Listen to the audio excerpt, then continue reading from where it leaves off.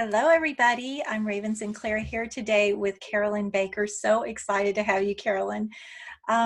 You have written a lot of books. You've written several books. You've been studying and researching the collapse for a long, long time.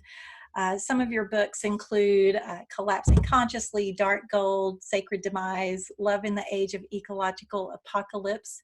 And your latest is one written with Andrew Harvey called Radical Regeneration, Birthing the New Human in the Age of Extinction. You are really considered one of the wisest voices guiding us through these times of chaos. And so I'm so appreciative of your work in the world. Thank you for being here today. Oh, thank you for having me. I'd like to begin not at the beginning, Carolyn, because I want to jump into the deep end with you. Yeah. But if those listening want to backtrack a bit, they can visit your website, carolynbaker.net. Lots of resources there. Mm-hmm. Okay, so we've received another critical warning in early December from a scientist, and you link that article in, it's a Guardian article that you link from your latest article. And it's essentially that scholars and scientists are calling us to discuss and prepare for the collapse of the industrial civilization. Surveys show that many of us anticipate a societal collapse of some kind. We feel this coming, and yet it's not a subject that's being discussed in the media or in politics. Can you catch us up on that? Well, it wouldn't be discussed because who wants to talk about it, right? And it's unfathomable to most people, unless they've done some research, that our whole industrial civilization, and particularly the paradigm that it rests on, could collapse. I mean, like that just is unthinkable. And yet, what scientists and scholars are telling us is that climate chaos, and I don't call it climate change much these days because it's way more than change. Sure. That climate chaos and other factors could bring us really down to a place of collapse economically, environmentally, and on many, many levels. And people have been researching this subject for a long time. One of my favorite people is Joseph Tainter, who wrote an extensive book on how civilizations collapse and what happens to make that happen. I, in 2007, saw a documentary that was produced by Tim Bennett and Sally Erickson, who at that time lived in North Carolina. It was called What a Way to Go, Life at the End of Empire. And it can now be viewed for free. It's 2 hours on YouTube. And I encourage people to go watch that documentary, What a Way to Go, Life at the End of Empire. Because it takes all kinds of perspectives of collapse and interviews a number of scientists around collapse. And my work has been, that movie influenced me a great deal in 2007 when it came out. And it compelled me in many ways to write my very first book on collapse, Sacred Demise, Walking the Spiritual Path of Industrial Civilization's Collapse. Because, I watched the documentary and I thought, well, a lot of scientists are talking about this, and there are a lot of websites about how to prepare for this logistically. But, my training as a psychotherapist caused me to ask, so what are people going to do emotionally and spiritually in a time like that? Sure. And that's what my work has been all about, is how do we navigate this catastrophe emotionally and spiritually in a place of resilience and a place of connection with ourselves, with each other, and with the earth. Beautiful. And I would like to get into some of that, but I wanted to ask you about a recent article that I just mentioned. It's called Collapsing into the New Administration Amid Pandemic Lunacy. Can be found at your website at carolynbaker.net. You posted that on December 7th, and in it, you make some concessions for a kinder, gentler collapse, knowing that you are not going to get what you want, ideally. And so you find some solace in potential smaller victories, I guess. What have you given up on at this point, and what is your energy directed toward? Right. Um, so once I understood what the collapse of industrial civilization is, the collapse of systems, um, that gave me a different perspective about what kind of government, and I speak about the United States Mhm. because I live here, what kind of government we could have, what is it possible to have? And so we've witnessed over the decades the increased power and control of corporate wealth and people who care about nothing but increasing their own uh, financial well-being, who could care less about the rest of us. And we've seen our democracy, get weaker and weaker and weaker. And we almost lost it in the Trump administration. And we're still at the very end of this administration in these last 30 days, we're still witnessing this administration trying to destroy it. And I doubt that they're going to succeed, but they haven't given up on trying. And so when I understanding collapse now, I'm really looking at what is possible. And in a world in which the climate is collapsing and many, many systems are collapsing, why am I pining for the perfect government? Because the government we have is shaking and rattling as we speak, even with the new administration and the incredible talents and skills of the people who are coming in on January 20th. So I say, temper my expectations and be realistic about this. And as I look at collapse and the amount of suffering that will be involved, the loss of life that will be involved, I have to say, let's work for a kinder, gentler collapse. Mm. Under Donald Trump, well, look at what we experienced just in those 4 years. Now, over 300,000 people dead of COVID.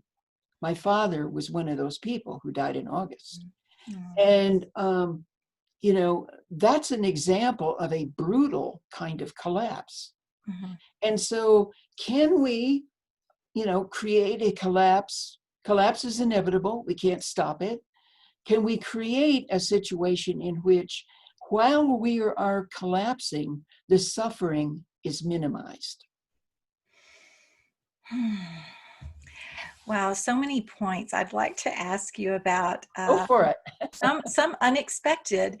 Um, I think one of the things that I want to ask about is, I talk to a lot of people that from all different walks of life, and the conspiracies around COVID, that it's no worse than the flu, that a lot of people that are actually dying are dying of the flu, and they're saying that it's COVID and these kinds of things. Do you see this need to latch onto these stories as some sort of avoidance of reality, wanting to find hope in something, and latching onto this sort of alternate reality as opposed to feeling the grief of these times? Absolutely, I do. Yeah. Um, it is very difficult to face what's actually happening. Mhm, And particularly if you're hurting economically, mhm, if you feel that your group or your locality has been really shortchanged or oppressed in some ways, um, then the grief is even deeper. The fear is enormous, and the paranoia of, well, this group over here is trying to take away my freedom and my rights. And if there's a long history of racism, which there's only 400 years of it in this country, then it's really easy to project on the other and to see oneself as separate from, and to just kind of gather your forces and hunker down in your little cave and come up with these theories, which feel good for a while. And they might carry folks emotionally a long way. 4 years from now, 20 years from now, we might be seeing some of the same conspiracy theories. But as I talk about in this article that you're referring to, I believe that we are just experiencing right now the first pandemic. This is the first one. Right. Climate chaos is creating the kinds of ecological disturbances that create pandemics. And we're already seeing now a new strain in the UK and throughout Europe. And, we don't know if that strain is going to respond to vaccines. It probably will. But, what about another pandemic and another pandemic?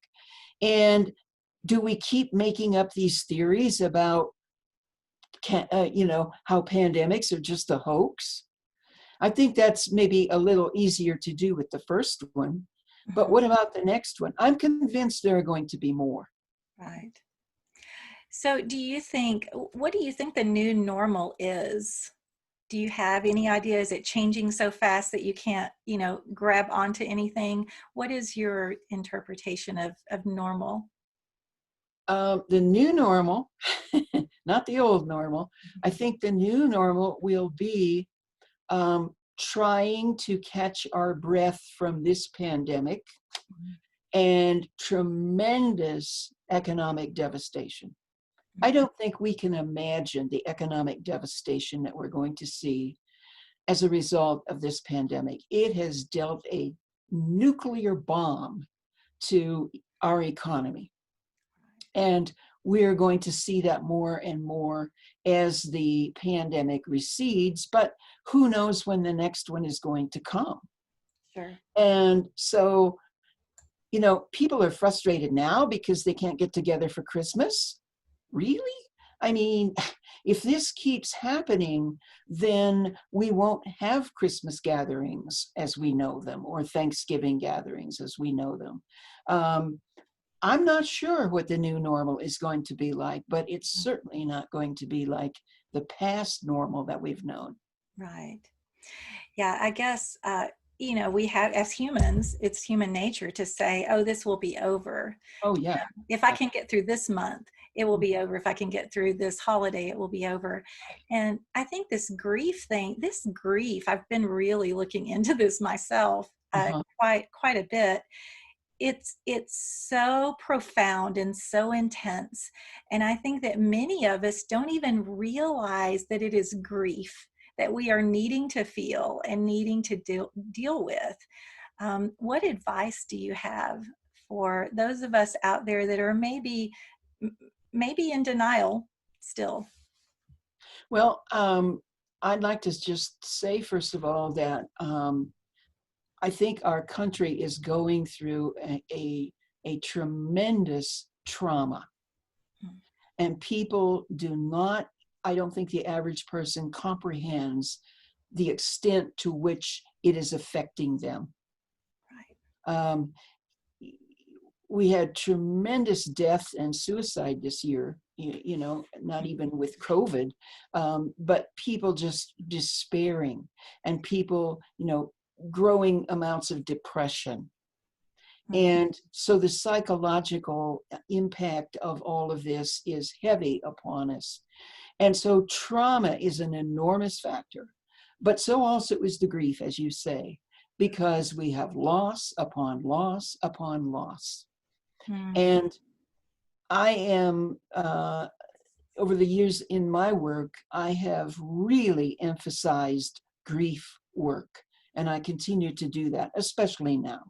Sure. And so, I've done a number of workshops and seminars and YouTubes and classes on grief.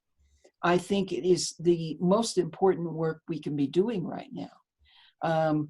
Doing it personally, but with support, and doing it in our communities. As a matter of fact, here in Boulder, Colorado, a group of friends and I are coming together on Saturday, and we're going to have, it's going to be socially distanced, and we're going to be wearing masks, but we're having a gathering, a grief and gratitude gathering. Downtown and one of the bridges that goes across the little Boulder Creek that we have here. And we hope that it's going to be the beginning of at least quarterly a public grief and gratitude ritual in which people can come together and really acknowledge their sorrow and support each other in naming it and feeling it. Wow, that's so important. Is there a structure or something that other communities can follow? You're just beginning this, I guess. Yeah, yeah. So yeah, that's just such an important thing for so many cities to begin to organize, I think. Yeah, I want to refer people to the work of Francis Weller, Weller. He's a therapist in Northern California. He's Mhm. an old friend. We had the privilege of working together when I lived there about 30 years ago. And we all worked with Malidoma Somé, who's this wonderful African grief shaman, Mhm. African shaman who works a lot with grief. And we learned about the Dagara tribe in West Africa, where Malidoma comes from, and the regular public grief rituals that they have. They believe that grief is, if it's not expressed and it's not supported, that it's toxic to the community. So they have a grief ritual probably once a week. And they come together and express their grief, after which time they celebrate and there's joy and dancing. Mhm. But they really understand the importance of discharging and expressing that grief in community. So they have one structure. I don't know how that would work for us, Mhm. but there are many ways that we can do this.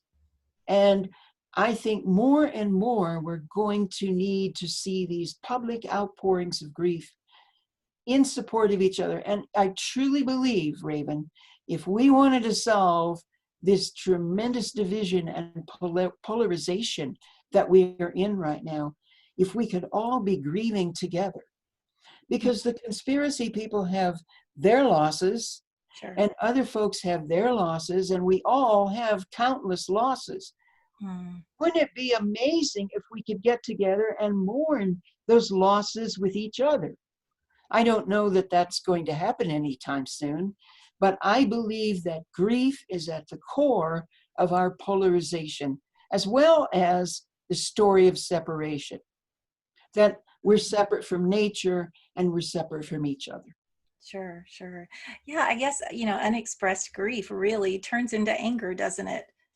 Turns into Well, it blame. turns into a lot of things. Hmm. Francis Weller writes about unmetabolized grief can often turn into depression.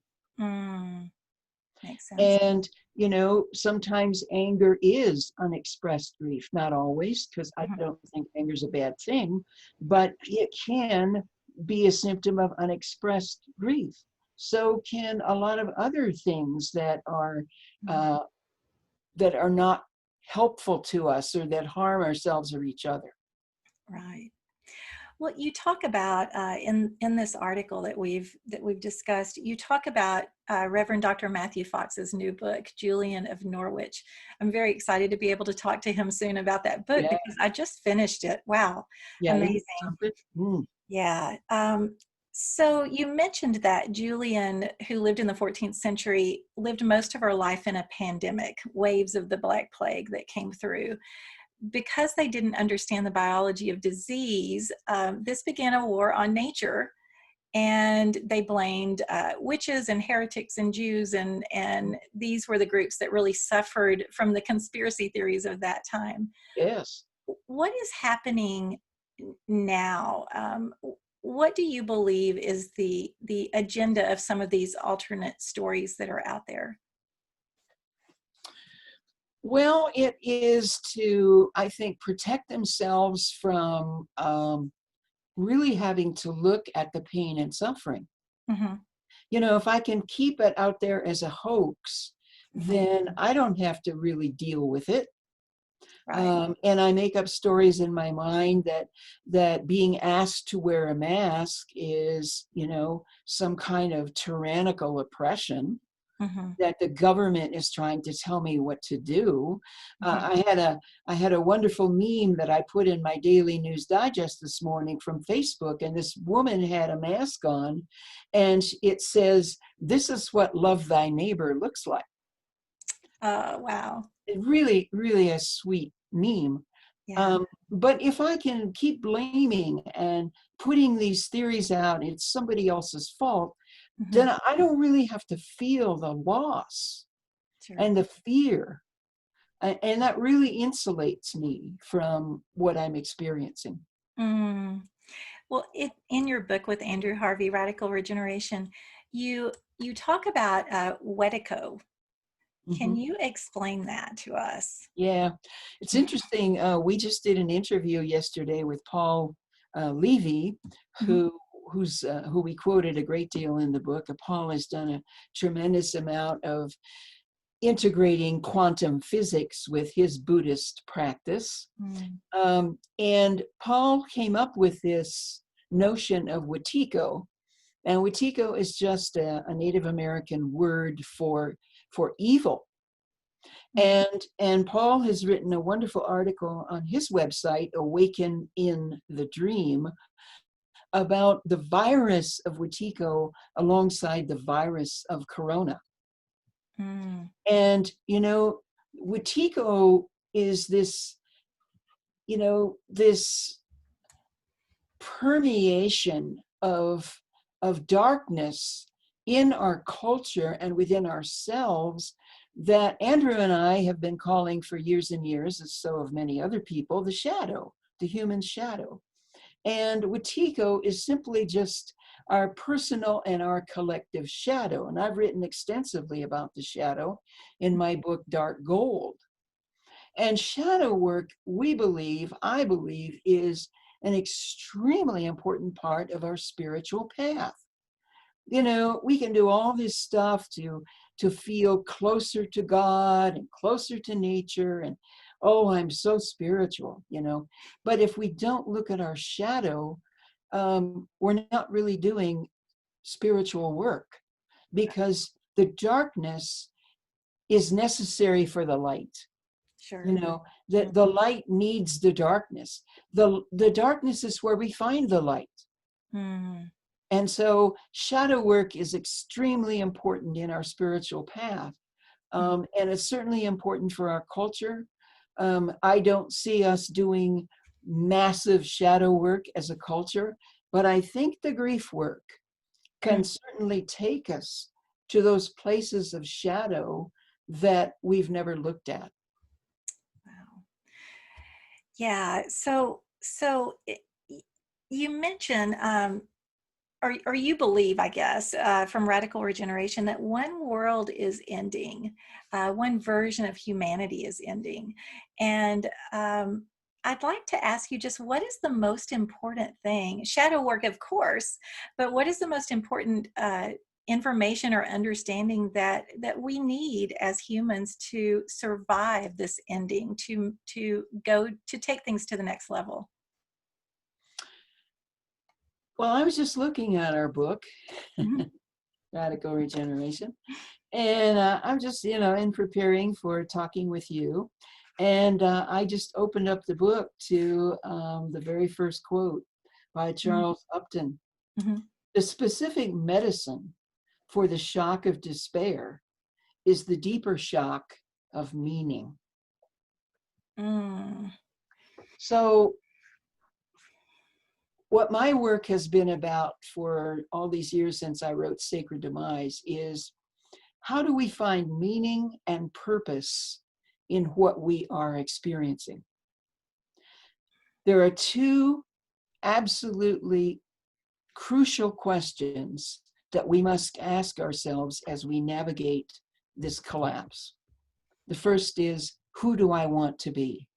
Who do I want to be as things are crumbling, as all these deaths of coronavirus are happening around me? who do I want to be? Do I want to be somebody who's accusing and projecting and blaming and walking around angry and pissed off and paranoid all the time? Or do I want to be more than that? Do I want to have a larger story? And the second question is, what did I come here to do? There is so much to do right now. Mm-hmm. Have you seen the lines at food banks? Mm-hmm. The lines of cars, 2 and 3 miles long, people who've never been to food banks before.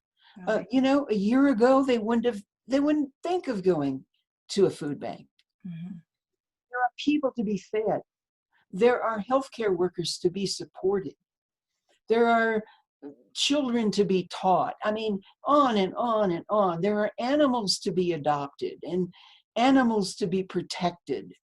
There are so many things that need to be done right now. Mm-hmm. And so, who do I want to be and what did I come here to do?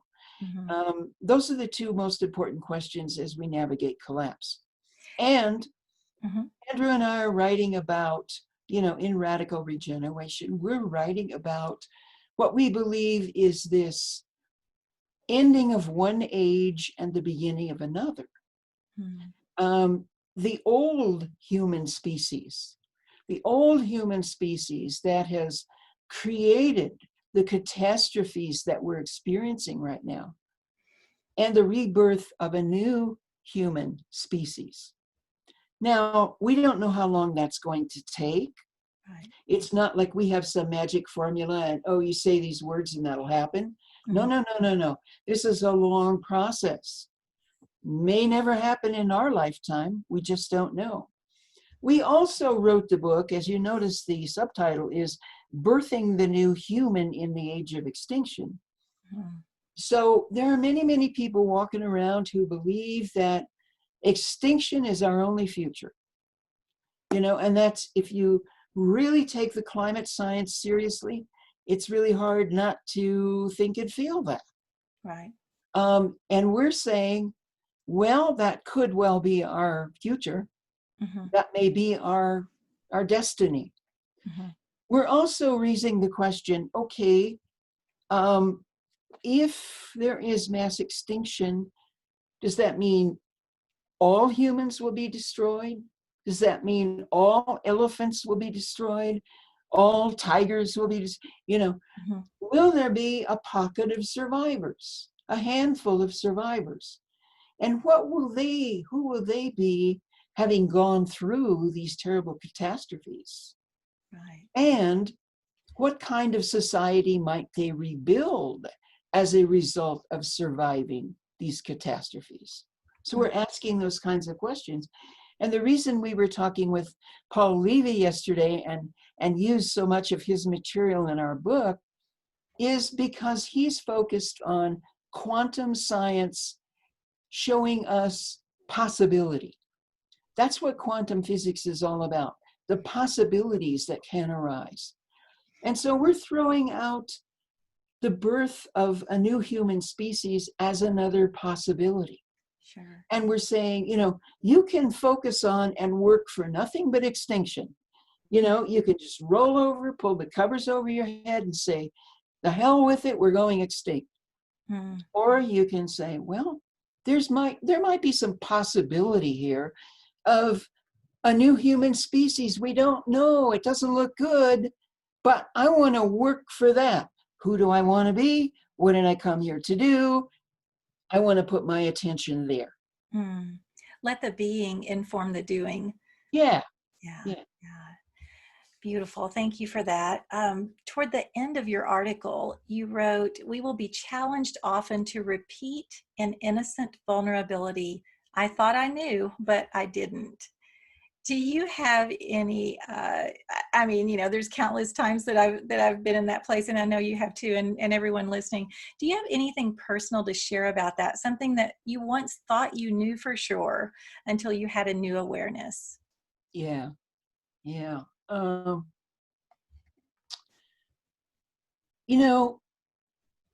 I had an experience this year that was really profoundly just a glorious experience, even though it was so sad. Mm. I have a dear friend who had a dog who was over 20, and she was an incredible dog. I mean, this dog was like some angel. Mm. And she was very, very old. And, was really in a place of just hanging on, hanging on. I don't know if she thought she had to stay here for him, or, what it was that was keeping her here. And so I remember visiting him in Taos, New Mexico in June, and just looking at her. Her name's Gladys, and just looking at her. And I said to him, I want to have a talk with Gladys. So Gladys and I went over and we laid down in the sun, and I looked in her eyes, her poor blind eyes, and she was stone deaf. And yet I said to her, Gladys, you can go if you want to. It's really okay if you want to go. You don't have to stay here. You don't have to take care of him. You don't have to take care of me. You can just go. There are all these animals waiting for you at Rainbow Bridge, and you can go be with them and not be in all this pain and suffering in your body. Well, in 6 hours, she passed. Mm. She literally went and laid down in the sun and died. Wow. And that was a life-changing experience for me. Now that sounds, maybe to a lot of people, that just sounds really simple or hokey, or they might have, somebody might say, well, I've done that 20 times with my grandmother, Well, God bless you. But for me, it was a new thing. And I thought I knew about death and communicating in that way. I really had never experienced it. I mean, I have a lot of ideas about death and about the final moments and the parting and so forth, but that was like a new experience for me.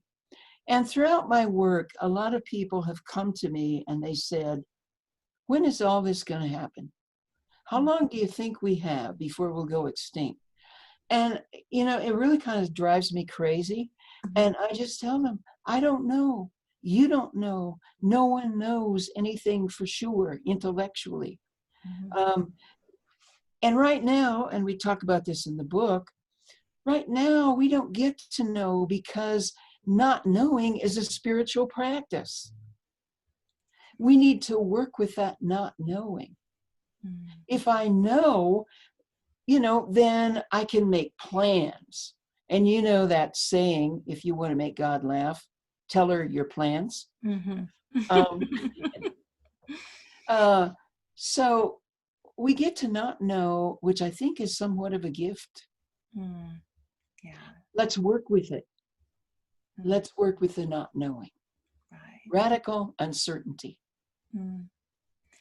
Beautiful, powerful way to kind of come to a close on this. What is next, though, for Carolyn Baker, or what continues for Carolyn Baker? Well, right now I'm developing a class for a sustainability group, and it's going to be an online class that people can just take at their own pace, and I won't be there, although I'm making a lot of videos for it. Mm-hmm. And it's called Humanity's Rite of Passage. Mm. And this is something that I've been writing and teaching about for several years now. And I go into this deeply in the book, that, the notion, and I believe the reality, that we are in a planetary rite of passage.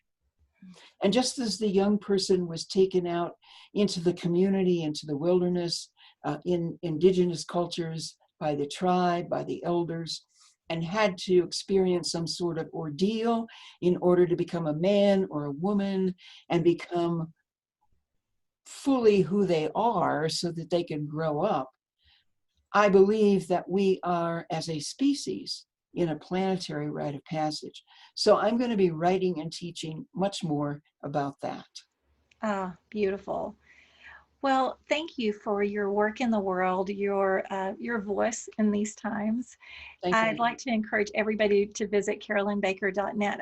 I spent so much time there over the last few weeks, just reading and even going back, and reading some of the early things.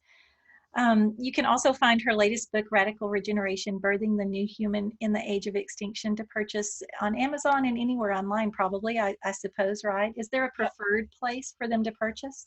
Um, they can purchase through their local bookstore if they want to as well, Okay. and they can purchase on Amazon. I have an entire page on Amazon Hmm. of my books, and it's the Carolyn Baker author page, and then you can also see all of my books at my website. Great. And that again is carolynbaker.net. Carolyn, it's been such a pleasure. Thank you so much. And thank you all who have spent this half an hour or so with us. I'm Raven Sinclair. Do me a favor and click subscribe below if you want to enjoy more conversations like this one. Carolyn, again, thanks so much. Thank you, Raven.